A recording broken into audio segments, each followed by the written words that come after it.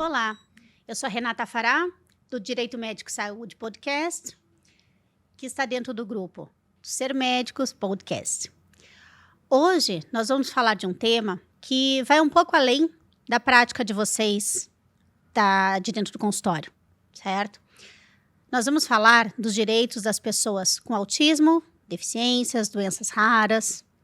E por que vai além do consultório? Porque todos nós convivemos com pessoas nessas condições. E nós decidimos, né, Mel, trazer esse tema que é muito presente no nosso escritório. E por conviver com pessoas nessas condições, eu sou filha de uma pessoa com deficiência, nós temos muitos amigos com filhos com autismo, doenças raras, faz parte do nosso dia a dia e a gente percebeu que as pessoas têm dúvidas. Então, acho que hoje é um bate-papo para os profissionais, mas também um bate-papo de cidadania, né? A gente separou tópicos, a gente vai falar de saúde, educação, transporte, vamos falar como que funciona realmente a inclusão. E um tema que é muito presente hoje em dia, lá no escritório, questão dos planos de saúde e as crianças com autismo e deficiências. Mel, tudo bom? Vou pedir para você contar um pouquinho como que foi essa evolução, tudo que a gente vivenciou, nós que estamos nessa atividade há quase 20 anos, né?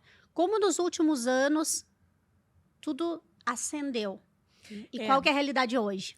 Principalmente você, né? A Rê, acho que você não chegou a contar a tua história, mas a Rê tem uma história de advocacia de muitos anos na defesa dos pacientes autistas, pacientes especiais com alguma deficiência. Ela tem uma história muito rica já entre essas pessoas.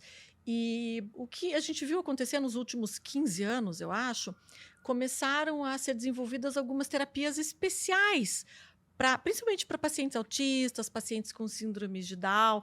Então, terapias que a gente não conhecia, bem especializadas. Então, ABA, TheraSuite, PediaSuite, Denver, Boba, ecoterapia, musicoterapia. Terapias feitas, né, por profissionais de saúde, mas com métodos direcionados a pacientes com paralisia cerebral, autismo, muito, nos últimos 7, 8 anos, muito autista. Isso. E aí, coisa que não existia, né? Sim, isso não existia. A gente vê uma crescente, né? Principalmente um aumento do diagnóstico, enfim, das crianças com autismo.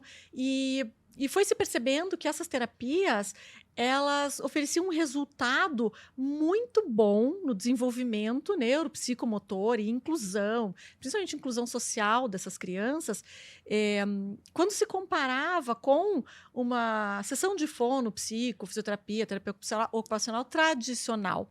Então, essas terapias especializadas, elas foram ganhando muito espaço e muita demanda. E aí, o que aconteceu? Esses pacientes demandavam a cobertura desses tratamentos para os planos de saúde e os planos de saúde negavam, sob o argumento de que essa terapia especializada, o plano de saúde não tem obrigação de garantir. Daí você fala assim, né, mas por quê? Se essa terapia especializada ela não deixa de ser aplicada por um psicólogo, ou por um fonoaudiólogo, ou por um terapeuta ocupacional, ou por um fisioterapeuta, que são terapias de cobertura obrigatória por todos os planos de saúde, sempre foram. Então, por que negar? Por quê, né? Porque, obviamente, como os profissionais eram mais especializados, essas sessões custavam mais caro para o plano de saúde. Então, o plano de saúde negava cobertura. E aí se iniciou uma judicialização que veio numa crescente dos pacientes, requerendo, indo ao Poder Judiciário, demandando a cobertura dessas terapias especializadas, e na grande maioria, acho que a gente pode dizer na grande maioria mesmo, os processos sempre foram julgados favoravelmente aos pacientes. Então, o juiz determinava que o plano de saúde desse cobertura para os pacientes nas clínicas particulares, então, porque não havia credenciada, para que o paciente fizesse esses tratamentos. Mas tem muitos pacientes autistas, e a gente vê muito isso, que fazem terapia todos os dias, fazem 2, 3, 4 sessões de terapia todos os dias. Isso começou a ficar muito oneroso para os planos, até que credenciaram, né? Aí o cenário foi mudando. Já que os planos acabavam perdendo isso na justiça, como é que eu vou ter um controle maior sobre isso, certo? Então, eu vou credenciar esses profissionais. Então, muitos credenciaram serviços, prepararam os seus profissionais, mas aí qual que era o dilema? A criança já faz tratamento numa clínica que ela tem vínculo, que ela está indo bem, que está adequada à rotina e que consegue suprir todas aquelas sessões de acordo com a rotina da criança, enfim. Ah, mas contratualmente você tem que ir para a rede credenciada. Então, nasce uma nova briga. Os planos de saúde acabaram conseguindo, muitas vezes, provar no Poder Judiciário que eles tinham condições, então os juízes muitas vezes mandavam. Ou diziam, ok, você quer ir para fora da rede credenciada? Então, o plano de saúde vai te reembolsar no valor que ele paga para o plano. Para a rede credenciada. Para a rede credenciada. Então, aí já começa uma situação nova. O Poder Judiciário vai vendo de uma maneira diferente. Não, só para complementar aqui, porque a gente tem clientes até hoje, né, que são clientes que tinham aquelas decisões judiciais antigas e estavam fazendo os tratamentos nas clínicas particulares e o plano de saúde estava pagando. Aí, a partir do momento que o plano de saúde credenciou, ele notificou esses pacientes e falou, olha, a partir de sei lá, daqui 60 dias, eu não vou mais pagar a clínica particular e está aqui a lista agora da minha rede credenciada, escolha uma dessas clínicas e comece a fazer o tratamento na rede credenciada. Porque a gente sabe que a regra do plano de saúde é usar a rede credenciada. Então, o plano não está errado. Só que o paciente já tinha construído vínculo de 2, 3, 4 anos de tratamento com aqueles profissionais, e aí essa mudança ia ser prejudicial, principalmente para o paciente autista que tem uma dificuldade de estabelecer um vínculo emocional com as pessoas. Então, o vínculo faz toda a diferença para otimizar o tratamento dessa criança. Então, começou-se ali uma outra controvérsia e ela existe até hoje. A gente vê até hoje essa discussão do plano querer mandar o paciente para a clínica credenciada e a clínica credenciada às vezes tem rotatividade de profissional, às vezes não tem agenda. E aí como é que resolve, né? Existe cenário perfeito, né, Mel? Nem que o plano de saúde fosse um cheque em branco e que pudesse se escolher os melhores. Fechar essa expectativa do melhor profissional, no melhor horário, perto de casa, que todos consigam estar ali em conjunto, é quase utópico. Então, é sempre muito difícil conseguir reunir isso, né? Mas a gente tem que lembrar que é uma relação entre duas partes, entre o contratante e o contratado, o beneficiário e o plano de saúde. Então, existem regras, limites, direitos e deveres, né? Mas, com o passar do tempo, com um grande aumento desses casos, essas brigas, vou para a rede, não vou? Aí veio o quê? A mudança de entendimento da ANS. Sim, porque a ANS, na verdade, existiu uma certa omissão, porque se a gente for ler ao pé da letra o rol da ANS, então ele diz que o plano é obrigado a garantir essas terapias, físio, fono, psico, TO. Mas não fala se era obrigado a garantir a terapia convencional ou nos métodos, enfim. Até que no ano passado, depois de muita discussão, então a ANS publicou uma resolução normativa dizendo que os planos de saúde são, então, obrigados a garantir o tratamento para os pacientes com transtorno global do desenvolvimento, que é o CID-84, onde se enquadram os pacientes autistas. Então, são obrigados a garantir o tratamento nas metodologias que o médico indicar. Então, se o médico indicou tem que ser BOBAT, tem que ser BOBAT, tem que ser ABA, tem que ser ABA. E outra coisa muito importante, eu não sei se vocês lembram, as pessoas que estão nos assistindo lembram, existia uma limitação. Os planos de saúde eram obrigados a dar cobertura para sessões de psicologia, fonoaudiologia e terapia ocupacional numa quantidade limitada por ano. Era ínfimo, né? Era. Então, Era assim, ínfimo. por exemplo, sessões de fonoaudiologia, 48 sessões por ano. Então, era muito pouco. Para pacientes autistas que precisavam fazer muitas sessões durante a semana, às vezes em 4, 6 meses esgotava o limite anual e o plano parava de dar cobertura. Só vou começar a cobrir quando fechar o aniversário do contrato, quando se iniciar o novo ano. Então, isto também era uma grande briga no Poder Judiciário. O STJ já tinha reconhecido que o plano de saúde não podia limitar a quantidade de sessões, Até que ano passado também a ANS veio e acabou com o limite de número de sessões, daí agora para todos os pacientes. Então, não só para os pacientes autistas, para qualquer tipo de paciente, não tem mais limite de cobertura. Então, agora os planos de saúde daí tiveram que se virar. Então, tiveram que contratar a rede credenciada com profissionais especializados e não podem mais limitar as coberturas, né? Então, isso agora melhorou muito. Era curioso porque não existia limite de sessões para sessões de fisioterapia. Fisioterapia, o paciente podia fazer o que quisesse. A gente está falando uma reabilitação física.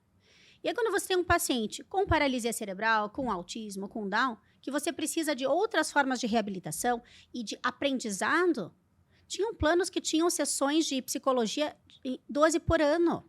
Como se fosse algo muito esporádico na vida. Então, a briga foi muito grande. E é mérito desses pais que brigaram muito, foram para a rua quase, para conseguir mostrar que tinha que haver uma paridade entre a reabilitação física de alguém que opera o joelho com uma criança e um adolescente, até um adulto, que tem essa necessidade de reabilitação, cuidado e aprendizado. Porque o objetivo dessas terapias é o quê? Manter essa criança com as maiores condições de ter uma vida inclusiva, de ter autonomia, de ter uma vida digna. E eu sempre lembro, uma mãe falava assim, eu não gosto de levar meu filho na terapia, eu queria levar meu filho na natação, eu queria levar no bolé. Eu levo meu filho na terapia porque ele precisa de tratamento, né? Então, aquilo eu nunca vi, que faz muitos anos isso. As mães não querem levar o filho para terapia, mas ele precisa daquilo. Ninguém gosta, mas ele precisa. Então, a ANS se adequou às necessidades, grande aumento de demandas, grande aumento de diagnósticos, para prestar um serviço efetivo. Mas outra coisa também que está acontecendo, aí são os maus usos dos reembolsos. Os reembolsos, né? Verdade. E algumas situações de fraude, o que é muito triste, porque daí os bons pagam pelos maus. Queria que você comentasse um pouquinho, Mel, o drama dos reembolsos. Porque existem seguradoras de saúde que trabalham preponderantemente com reembolso, né? Então, aí o paciente tem liberdade para escolher aonde ele vai procurar o serviço. Então, ele faz a sessão de terapia, consulta, enfim, e depois ele apresenta o recibo. Ele paga, apresenta o recibo à nota fiscal e a seguradora reembolsa ele em até 30 dias. E o que aconteceu? Eu vou pedir só para você, vou te interromper, eu vou pedir só para você explicar, para ficar claro, que às vezes as pessoas podem confundir, né? Explica pra gente a diferença entre plano de saúde, seguro saúde e também a questão assim do reembolso, se ele é integral, se eu posso tudo.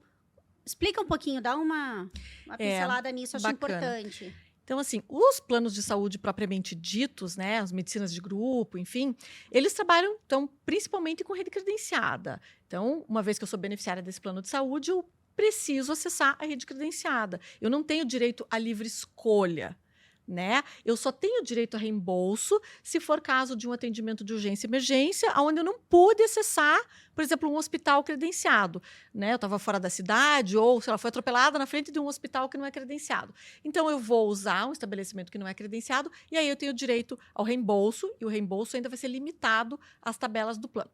Os seguros de saúde, ainda que se submetam à legislação, né, a mesma legislação dos outros planos de saúde, eles têm como característica principal a livre escolha.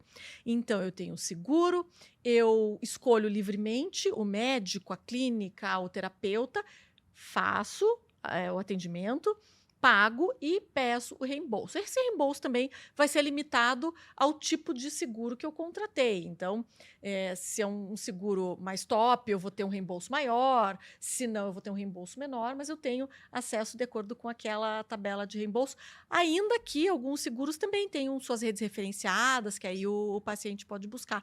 Mas aí o que aconteceu? Houve e há ainda muitas situações de fraude, não só terapias, mas, por exemplo, pacientes realizando procedimentos estéticos e parcelando recibos para conseguir um reembolso integral, às vezes de uma consulta que é muito mais cara e cujo reembolso seria menor. Então, conversa ali com o médico, dá um jeito, me faz 3 notas, né, para eu ficar dentro do meu limite de reembolso. Em relação às terapias, a gente viu muitos casos de pacientes que a clínica dava a nota fiscal antes do paciente pagar, para o paciente já poder pedir o reembolso, daí receber e daí pagar a clínica. Então, as seguradoras identificaram muitas fraudes e agora elas estão sendo bem criteriosas na questão dos reembolsos para esses pacientes de terapia. Estão pedindo, primeiro, assim, que se comprove que foi feito realmente o pagamento, né? Aí a nota fiscal, o recibo, eventualmente até um pedido médico reiterado para confirmar que aquele paciente tem aquela indicação daquele tratamento.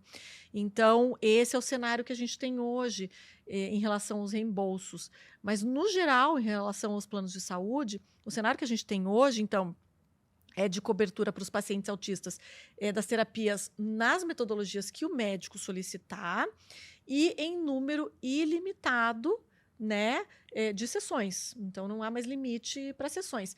Mas o que muitos pacientes ainda enfrentam é não encontrar a rede credenciada, porque como a demanda é muito grande, às vezes ele vai ligar em todas as clínicas credenciadas e todas dizem que tem fila de espera.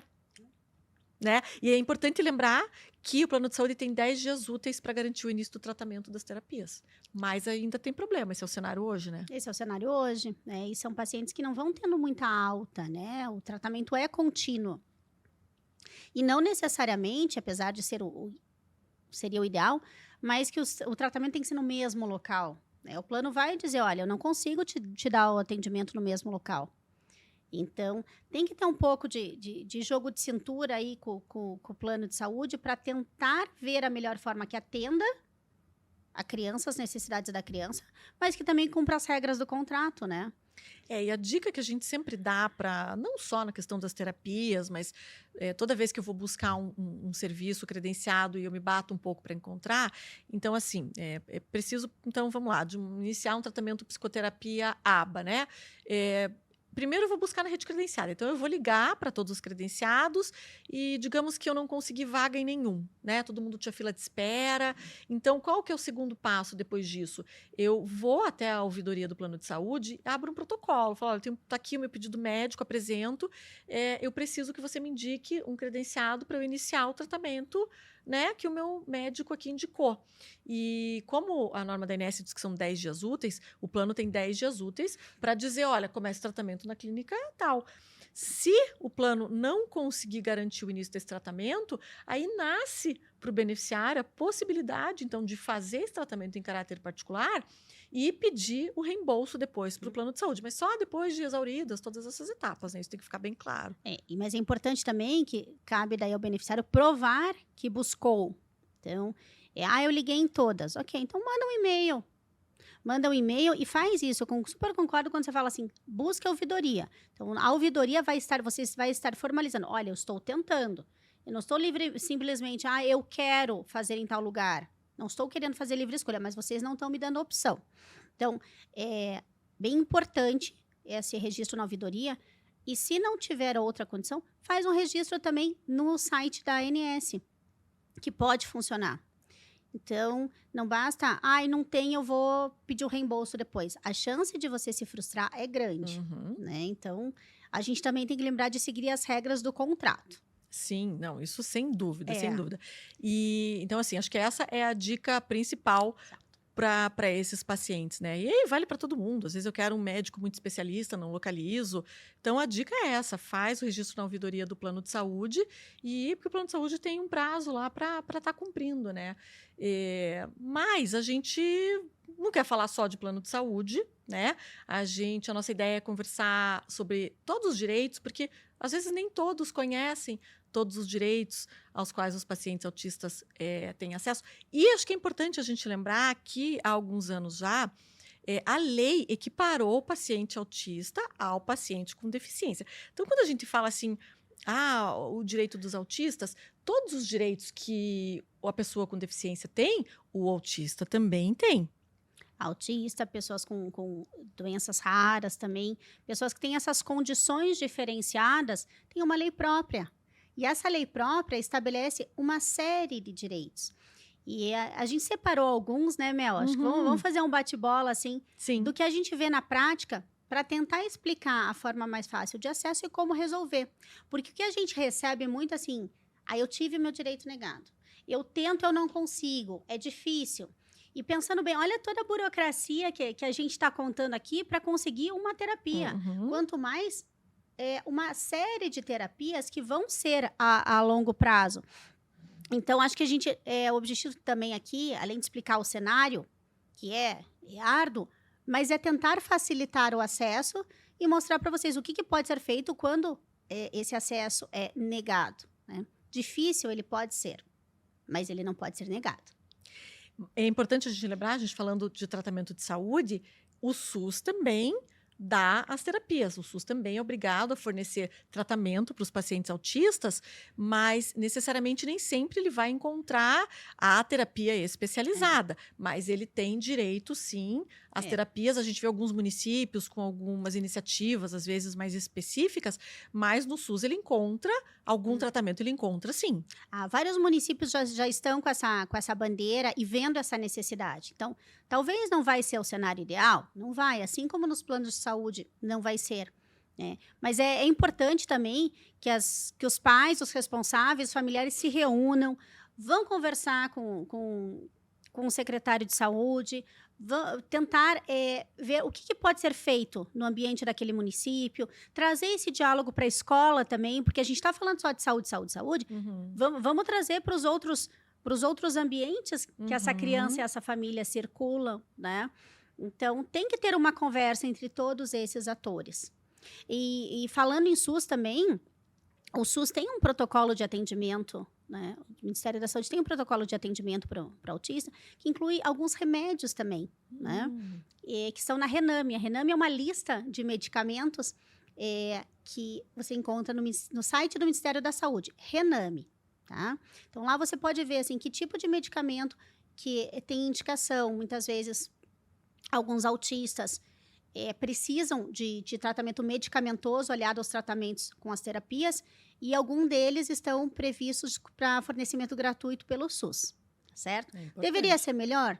Deveria, mas ainda acho que, como foi muito rápido com os planos de saúde, eu acho que com o SUS tende a ser um pouquinho mais burocrático, mais demorado. Mas eu vejo de forma positiva. Eu vejo assim que está se tentando. E o que a gente como essas metodologias especializadas elas são muito recentes ainda, a gente também não tem uma gama de profissionais, psicólogos, fonoaudiólogos, terapeutas ocupacionais especializados nos métodos, né, para tratar os pacientes autistas. Então, você também não tem nem a oferta dos profissionais. Então, os poucos que tem, ou estão atendendo particular, ou estão atendendo por plano de saúde, né? Mas eu acho que, assim, é um cenário que tende a mudar, já está mudando, e até uma oportunidade para os novos profissionais, novos profissionais, exatamente, que às vezes estavam um pouco relegados, né, essas profissões e acho que eu acho que valorizou muito, isso, né? A gente passou a ver muita importância assim do terapeuta ocupacional, do fonoaudiólogo, muito mais, o psicólogo incrível, o fisioterapeuta, mas como esta reabilitação é essencial para essas crianças com deficiências, crianças e jovens com deficiência, poderem estar efetivamente incluídos e ter uma vida mais digna e com autonomia dentro das suas condições, né? Exatamente. E falando de educação, enfim, muito embora as escolas não possam negar matrícula para esses pacientes, na prática ainda existe uma resistência meio velada, né? Então, assim, fala um pouquinho como é que é a questão da matrícula na escola, do acompanhamento, do tutor, que... Eu acho que uma ordem aí de importância do que mais gera demanda, dúvidas, inseguranças, certeza que depois da saúde vem a educação. Então, o que a gente tem hoje na lei? As escolas públicas e particulares são obrigadas a matricular as crianças e fazer a devida inclusão. Mas o que significa isso? E eu sempre falo, uma coisa é a criança estar matriculada. A matrícula, você vai, preenche um formulário, a criança está lá, burocraticamente, dentro da escola. Outra coisa é a criança ser acolhida. o acolhimento não tá na lei. O acolhimento vai depender muito das pessoas que estão na escola, dos outros pais, dos professores, dos diretores. Dos outros todos. alunos. Dos outros pais, para ensinarem aqueles alunos, né, a conviver com as diferenças, incluir, respeitar. Então, uma coisa é a matrícula, outra coisa é o acolhimento. O que a gente vê na prática algumas escolas não se negam efetivamente, mas dificultam essa entrada da criança. Vários pais já chegaram para a gente e falaram, eu liguei lá, tinha vaga para o meu filho. Quando eu disse que ele tinha algum diagnóstico, aí a vaga desaparece. Então, o que fazer nesses casos? Tenha uma prova disso e faça uma denúncia na Secretaria de Educação. Isso não pode, tá certo? E não tente forçar o teu filho a entrar nessa escola, porque, infelizmente, se essa escola não vai acolher, tem tantas outras que vão. Eu sei que pode ser difícil, né? É fácil falar de longe, mas a gente vê muito isso no nosso dia a dia. Tem muita escola, tem muita gente boa nesse mundo querendo acolher e ajudar e incluir. Um tema que é muito delicado é a obrigação em fornecer um tutor ou um acompanhante terapêutico. A lei fala que a escola deve fornecer um acompanhante terapêutico para essa criança, né? Um profissional de apoio. Mas quem é essa pessoa? Quem é o tutor? A lei não é clara com relação a isso. Ela só fala que a escola tem que fornecer. E aí, a lei também não fala o seguinte, um por criança?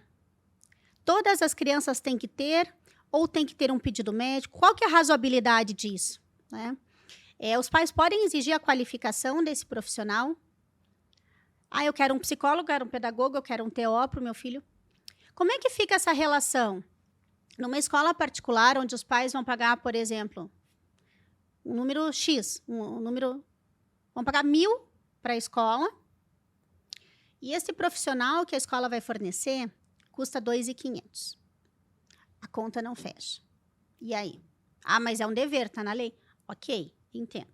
Então, muitas vezes, a escola vai tentar também diluir isso, pegando um profissional para 2 crianças, pegando um estagiário mais qualificando. Então, quando muitos pais falam, estagiário, eu não quero estagiário. Poxa, quando a gente era estagiário, a gente era boa, a gente era esforçada, a gente tinha muito mais vontade de aprender que, às vezes, muito profissional. Será que o profissional mega qualificado, com não sei quantas postas, vai querer ter em sala de aula? Não sei. Fica a pergunta. Então, a gente tem que ter um pouco de razoabilidade aqui no que a gente vai exigir. E eu acho importante sempre dialogar com a escola e não impor. Chegar lá impondo, sendo muito truculento, é ruim para a criança. Né? Eu lembro uma vez que a gente teve uma situação que os pais queriam pagar o profissional de apoio para deixar lá. Eu quero escolher. E a escola disse não. E a gente entende o lado da escola por conta das questões trabalhistas. A escola e a responsabilidade e tudo mais. Então, o que eu digo nessas horas? Dialogue. Fala, olha, eu quero pagar. Então, me dá um desconto na mensalidade. Não consigo. Então, o que você consegue? Ou, por exemplo, a escola vai dar um estagiário. Mas posso ajudar? Posso dar um curso, uma formação para essa pessoa que vai estar sempre com meu filho? Vou investir? Ou não, simplesmente vamos aprender juntos. As profissionais que já têm essa criança podem ter um diálogo aberto com a escola. Então, é um cenário bem delicado e bem individual. O que a gente tem, efetivamente, a matrícula não pode ser negada, se isso acontecer. Grita lá na Secretaria de Educação. Deve ser fornecido um profissional de apoio, desde que tenha um pedido médico. E é legal ser apresentado um pedido médico, para o médico dizer, olha, essa criança tem tal diagnóstico e as necessidades são essas, as dificuldades são essas, mas eu sempre digo, né, para os nossos clientes, aponte as qualidades dessa criança, né? Não é só o negativo. Que qualidades essa criança tem que vão ser potencializadas. Isso é muito legal. A escola precisa saber. Então, os pais devem facilitar essa comunicação com a escola e mostrar, olha, o meu filho funciona assim, ele tem tais habilidades, ele gosta disso, ele não gosta daquilo. E a gente vai estar aberto. Vamos viver em paz essa relação que é tão delicada, né? E a gente teve um caso também de um paciente autista, já era um jovem adolescente, que a família pediu para a escola segurar ele. Ele ele repetisse aquele ano, né? A família sentia a necessidade de que ele repetisse para ele aprender mais o conteúdo.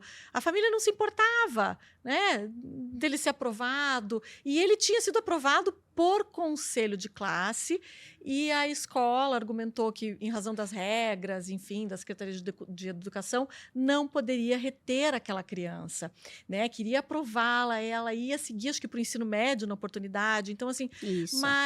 era um jovem que, mas não tinha maturidade para seguir para o início de um ensino médio. E aí a escola também não foi razoável e A escola cumpriu as regras do MEC. Então também não houve diálogo. Exatamente. Então a gente também se depara, às vezes, né, as escolas que não querem receber a criança, a escola que recebe e também não tem aquele olhar específico para aquela criança. O que vai ser bom para ele, né? Não preciso que ele entre na faculdade com 16 anos. Eu preciso que ele seja efetivamente incluído. Efetivamente incluído, feliz, acolhido, que ele seja convidado para as festinhas, que o professor de educação física ache alguma coisa que também seja interessante. Quando a gente fala em inclusão, inclusão é... Se as crianças daquela classe estão fazendo uma tarefa de matemática, por mais difícil que seja, essa tarefa tem que ser adaptada para as condições daquele aluno entender e conseguir. Então, ele não vai ser o aluno... Enquanto toda a turma está tendo aula de matemática, ele não vai ficar no cantinho pintando. Porque ele não precisa, ele fica em casa. Né? A inclusão não é só o ato da matrícula. Sim. Então, por isso que eu acho tão importante o diálogo da família, dos terapeutas, caso a caso, não tem fórmula mágica. E eu acho que isso é um dos maiores problemas que a gente tem lá no escritório, né, Mel, de reclamação. Com certeza. Porque a inclusão, ela acaba sendo no papel, e na prática, todo mundo alega que está cumprindo a sua parte, mas na verdade não cumpre, não. Né? Mas assim, a gente tem, acho que se a gente... Né? Um outro direito que aí não é um direito só para os autistas, mas também para as pessoas com deficiência, que é um direito muito buscado, muito procurado também, que é a questão da isenção para compra dos automóveis. Isso é um tema legal também. É. Vamos falar de alguns direitos para os pais também? Para os pais também, é verdade, é verdade. Eu acho. A questão da compra do automóvel. Você não dizer, mas... Como é que uma criança com paralisia cerebral vai dirigir? Não, não vai.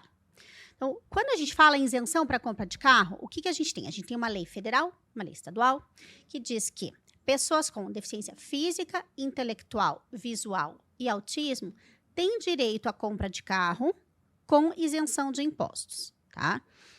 Para a compra desse carro, o carro vai ser, obviamente, conduzido pelo responsável. É um desconto bom, tá? Uma média de 25%, dependendo do carro. Um carro com valor de mercado de até 200 mil. Esse benefício ele pode ser utilizado a cada 3 anos. E lembrando que o IPVA, que é o imposto estadual, ele vale tanto para o carro zero quanto para o carro usado, certo?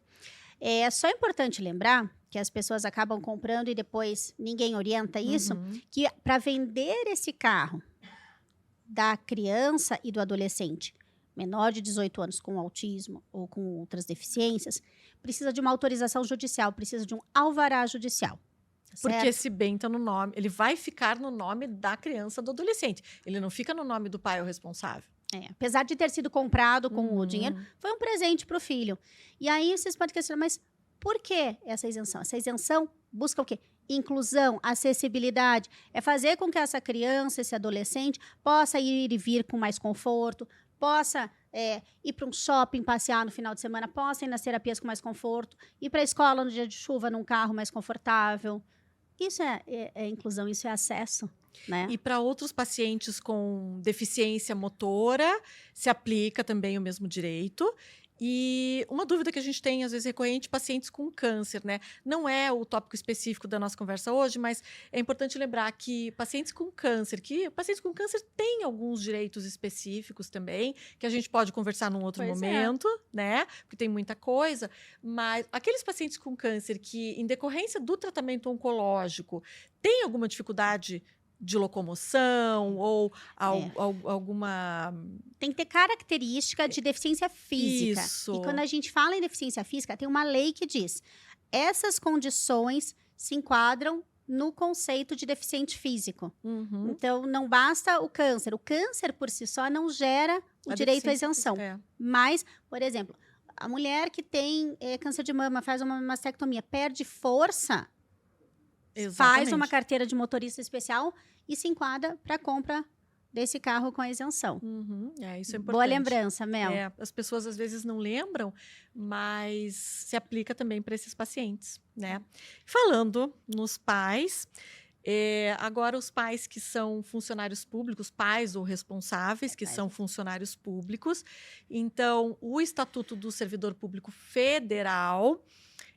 e aí algumas legislações esparsas, alguns estatutos de servidores de alguns estados, de alguns municípios. Então, eu sei que aqui no estado do Paraná existe uma lei também que concede esse benefício, que é o quê? Então, pai e responsável por crianças, adolescentes autistas ou com deficiência tem direito à redução da carga horária sem redução de salário e sem necessidade de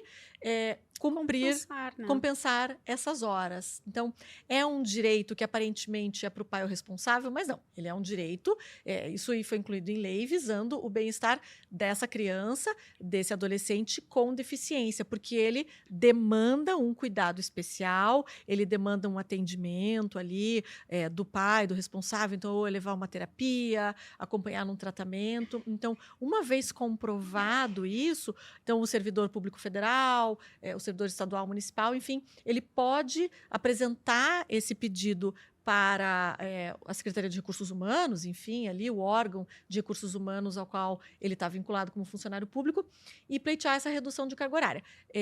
Para os funcionários públicos federais e os do estado do Paraná, o requisito é que o funcionário tenha uma carga horária de 8 horas por dia, 40 horas semanais, e ele pode ter uma redução de até 50%, e não precisa compensar a jornada e não tem uma redução no seu salário.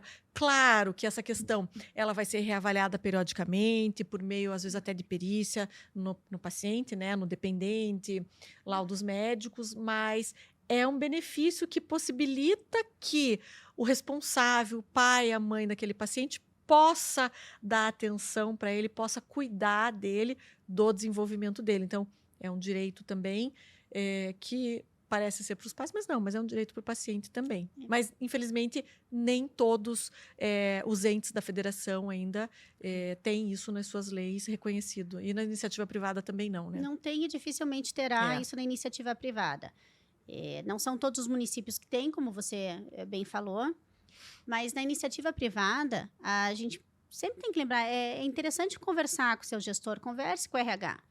Não vai ter essa redução, mas talvez uma flexibilização. Né? Tudo que é combinado não sai caro. Então, explique a sua situação, sua condição. Olha, tal dia eu tenho que sair um pouquinho mais cedo, que eu acompanho meu filho nessa terapia, porque é nesse dia que a psicóloga, a terapeuta dá uma devolutiva.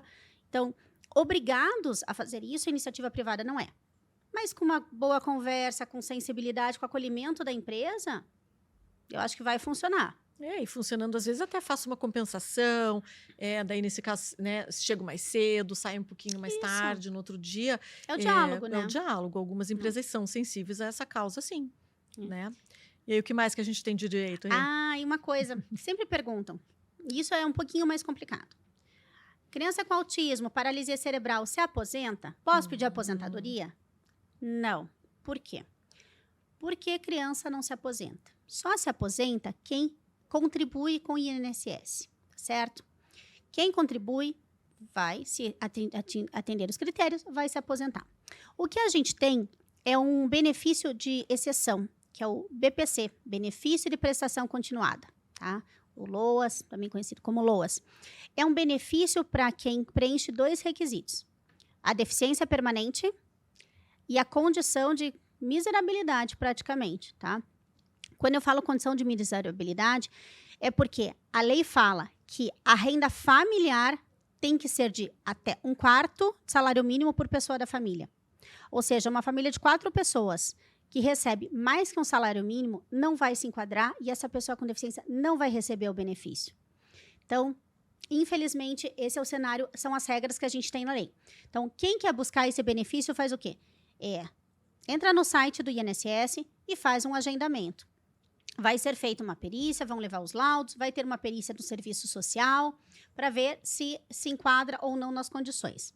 Ah, tive uma negativa e a renda é muito pouquinho maior do que os condições. Pode tentar uma decisão judicial? Pode, um recurso judicial perante a Justiça Federal? Até pode, mas os critérios são bem rígidos. Então, infelizmente, é um benefício para poucos. Tá? E é um benefício, lembrando, que não dá direito a 13º e não se prorroga. Ou seja, no momento do falecimento da pessoa, do beneficiário, não gera pensão para quem fica. Tá? Então, infelizmente, quando os pais nos buscam, que direitos eu tenho, que benefícios, eu, mãe, parei de trabalhar, tenho direito a um salário? Não tem. Infelizmente, não tem. Mas... É duro, porque a gente vivencia isso. Pais que precisam trabalhar, às vezes pais sozinhos, mães sozinhas, né? Não tem aonde deixar essa criança em tempo integral. Então, é uma situação delicada que o Estado ainda precisa ter um olhar um pouco mais direcionado para essas situações, né? E aí a gente tem a questão do transporte também. Agora falando uma coisa boa. Que a gente tem a questão do transporte, né? Que tem a lei do passe livre, que se aplica também. Mas também tem essa condição econômica, né? Pois é, também. A gente tem a questão que é recente até das passagens e os veículos, né, os ônibus, enfim, de transporte público das concessionárias, permissionárias, agora são obrigados também a reservar os assentos especiais identificados para os pacientes com autismo. Isso é importante porque o autismo é algo que não é visível, né? E às vezes oculta, né, como tá sendo muito falado. E às vezes senta uma pessoa ali, né, chega um outro e fala: por que você está sentado nesse assento que é de deficiente? Porque a pessoa não consegue visualizar. Então, agora, claro, então a gente já vê isso nos estacionamentos privados, inclusive, né? Tem a logo, né? Que é aquela fitinha. Então, para ficar muito claro, porque acho que o maior problema do autista ainda é a questão de ser... O julgamento, né? Isso, uma deficiência oculta, né? Ainda que tenha agora a carteirinha a CIP-tenha. Isso. Tem, cordão do girassol também. Pois é, que é uma novidade, né? É uma novidade. Cordão do girassol, que é um símbolo internacional que identifica deficiências ocultas. Eu gosto de falar em deficiência não visível. E o que seria isso? São deficiências que você não vê de cara, como um cadeirante ou uma criança com síndrome de Down, um deficiente visual que está com a bengala. São deficiências que, à primeira vista, você não consegue identificar. Então, muitas vezes, essas pessoas, quando vão para uma fila preferencial, são julgadas, né? Ou relatos de clientes nossos. A criança está ali um pouco agitada, os outros estão olhando, julgam. Nossa, que criança mal educada. Isso é cruel, né? Sim. Então, a identificação, o cordãozinho, seja do autista, ou seja o cordãozinho do girassol, impõe um pouco mais empatia. Ou seja, eu estou aqui porque... eu tenho esse direito. Exatamente. Então, respeite a condição do meu filho, respeite a condição dessa criança, apesar de não tá com o laudo aqui na mão.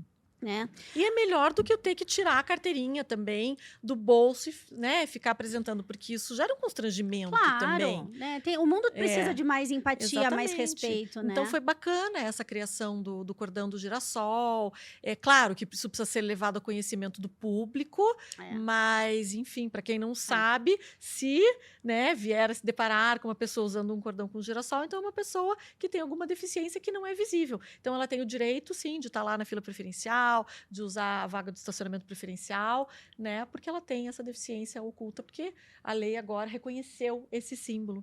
Mas no transporte tem a questão da passagem aérea ainda, né? Vamos falar, vamos finalizar, a gente está se encaminhando para o final. Vamos falar com uma coisa legal? Vamos. Então, o acompanhante, friso bem, esse direito não é da pessoa com deficiência, é o acompanhante da pessoa com deficiência, que precisa de acompanhamento, o acompanhante tem que ser maior de 18 anos, que precisa de acompanhamento em voos, ele tem até 80% de desconto na passagem.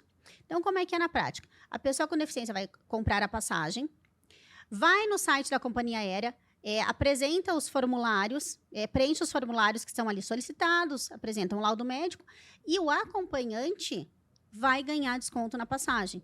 Então, isso também é inclusão, isso é acesso, é permitir que a pessoa com deficiência frequente outros lugares, tenha mais lazer, ou possa até buscar tratamento em outros lugares, né, de uma maneira mais confortável no avião, e que o acompanhante tenha condições de ir junto.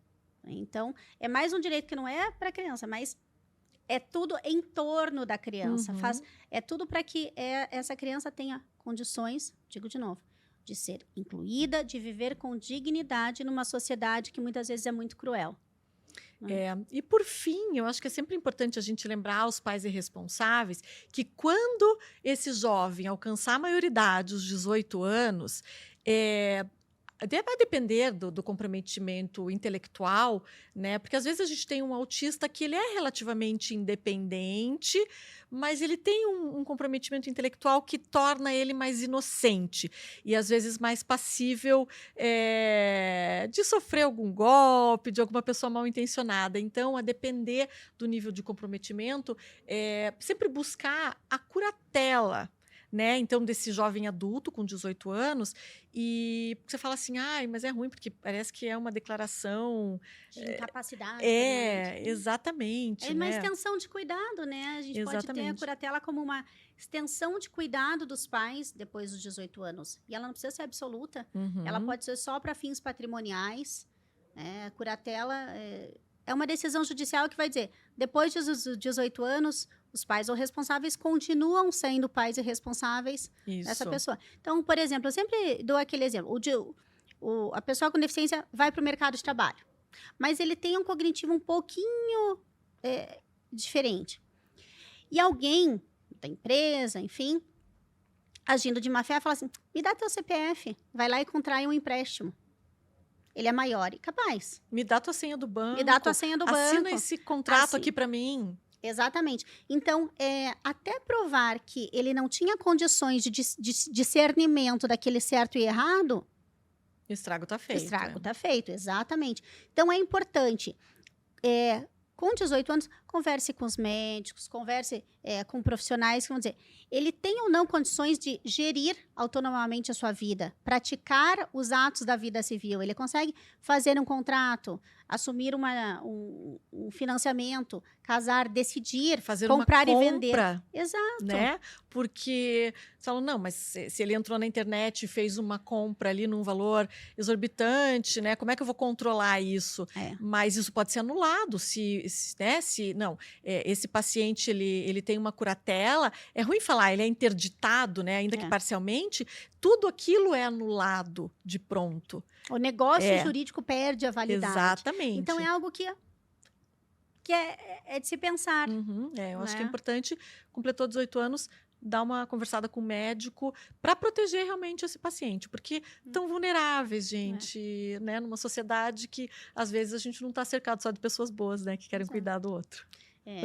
Acho que a gente tá indo para os nossos minutos finais, Mel, mas eu só quero ir falando, eu sou uma pessoa, filha de uma pessoa com deficiência, minha mãe ficou deficiente, adulta já, e eu vejo que nós nos tornamos sensíveis quando a gente passa a conviver com alguém assim, alguém nessa condição.